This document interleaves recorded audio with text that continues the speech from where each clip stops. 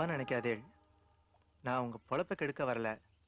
குழந்தைங்களோட future spoil ஆயிடக்கூடாதுன்னு parents எல்லாம் விரும்பினா சாரி.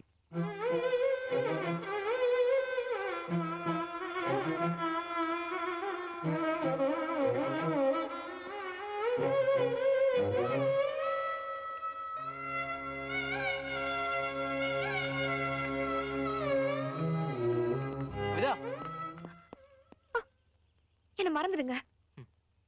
மறந்துருன்னு ரொம்ப சாதாரணமா சொல்லிட்டேன். நான் மறந்துட்டேனே. அப்புறம் எதுக்கு நேத்து ஃபோன் பண்ண? நில்லு, கடைசி என்னதான் சொல்ற? எனக்கு வழியை விட்டீங்கன்னா நான் வாழ்ந்துட்டாவது இருப்பேன். இல்லனா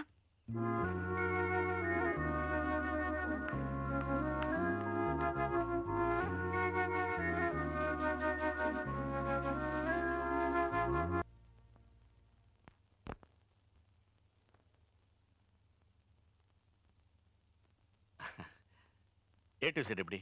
ஏதாவது முன்னேற்றம் தெரியுதா? தொழில் உனக்கு ஏதாவது ஹெல்ப் பண்ணா எனக்கு எவ்வளவு வேணாலும் பண்றேன். 5 மாசத்துக்கு முன்னாடி இந்த ஜிகே குரூப் எம்டி ரெட்டி பையன் அவன் என்ன பார்க்க வந்தான். அவனுக்கு எனக்கு 7ஆம் பொருத்தமாச்சா. 2-3 கேஸ்ல அடிச்சு எடுத்து உள்ள போட்டேன். வெளியே வந்துட்டு ஒத்த புள்ளனாலும் முத்து மாதிரி பெத்து வச்சிருக்கேன்னு சொல்லிட்டு போறான். டேய், உனக்கு கல்யாணம் பண்ணிக்கணும்னு தோணுச்சுனா ரத்தி மாதிரி ஒரு பொண்ணை பார்த்து வச்சிருக்கேன். நல்ல படிச்ச பொண்ணு, வசதி கூட. என்ன சொல்ற? உங்க பேச்சை கேட்கிற மூட்ல நான் இல்ல. ப்ளீஸ் என்ன விட்டுருங்களேன். என்ன பேச்சு பேசிட்டு போற பாத்தியா? மூடு இல்லையா ராஸ்கல். சிவா, டேய் ப்ளீஸ்ரா. எப்படா interview? Good morning sir. Morning. Thank you. Is the guy very intelligent. ஏன் சிவா, இப்பெல்லாம் புதுசா சில பில்டிங் எல்லாம் கட்டுறாங்கல்ல, அதுக்கு அந்த அளவுக்கு லைஃப் இருக்கிறது இல்லையே, என்ன ரீசன்? இதுக்கு பல காரணம் இருக்கு சார். மோஸ்ட்லி இப்ப இருக்கிற பில்டர்ஸ்லாம் பூமிக்கு மேல இருக்க பில்டிங் எவ்வளவு ஸ்ட்ராங்கா இருக்குன்னு பாக்குறாங்க. ஆனா பூமியோட தன்மையை பாக்குறது இல்ல. முதல்ல நம்ம கன்ஸ்ட்ரக்ஷன் பண்ணக்கூடிய இடத்தை நல்ல ஜியாலஜிஸ்ட் கிட்ட கன்சல்ட் பண்ணி பூமிக்கு அடியில இருக்க லேயரையும் அதன் தன்மையை தெரிஞ்சுக்கிட்டா அதுக்கேத்த மாதிரி நம்ம ஸ்ட்ராங்கான கட்டடம் கட்டணும். அடிப்படையை முழுசா தெரிஞ்சுக்கிட்டு செய்யற எந்த வேலையையும் யாராலையும் அசைக்க முடியாது சார். ஏன் சிவா, இப்ப இந்த ப்ராஜெக்ட் உங்ககிட்ட கொடுத்தேன்னு வச்சுக்க, உன்னோட முதல் ப்ரிஃபரன்ஸ் எது? பில்டர்ஸை விட அது யூஸ் பண்ற கன்சியூமர்ஸ்க்கு தான் என்னோட ஃபர்ஸ்ட் ப்ரிஃபரன்ஸ் இருக்கும்.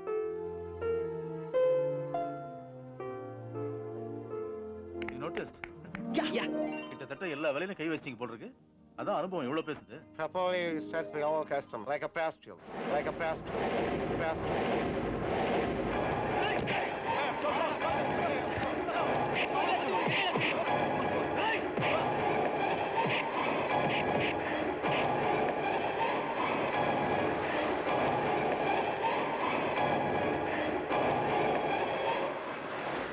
போதுமாடா, இப்ப எல்லாத்தையும் குழி தோண்டி போயிச்சிட்டேன்.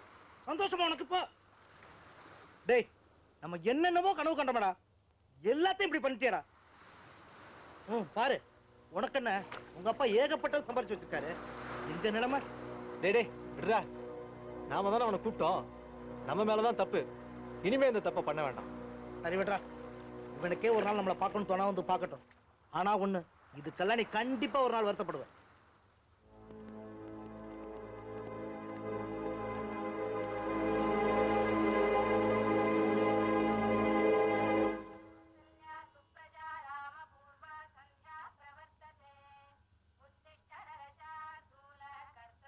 அம்மா,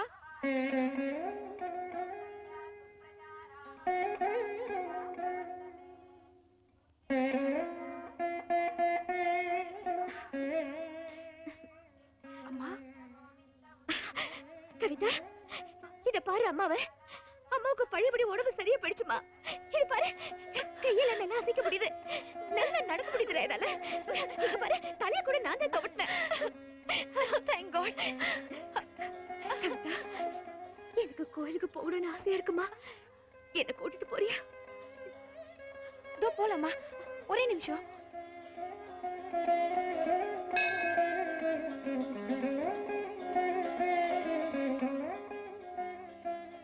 நீ போய் பிரகாரத்தை சுத்திட்டு வாமா, நான் இங்கே சாமி கும்பிட்டு இருக்கேன்.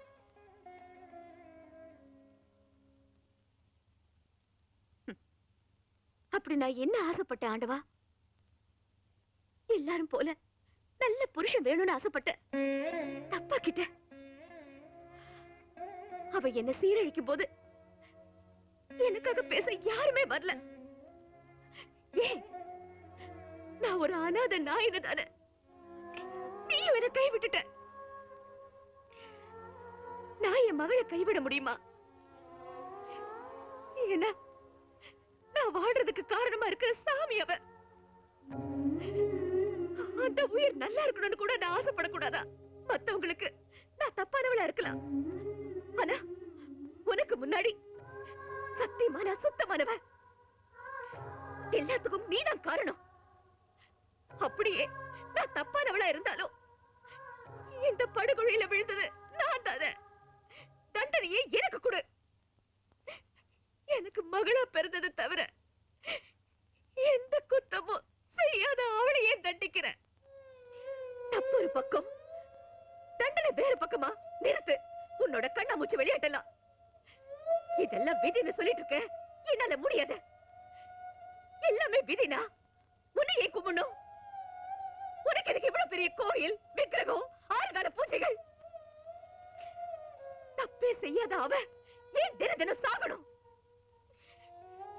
இங்கே எனக்கு ஒரு முடிவை சொல்லு. என் உயிரை கூட எடுத்துக்க, அவளை வாழ விடு. தயவு செஞ்சு அவளை வாழ விடு.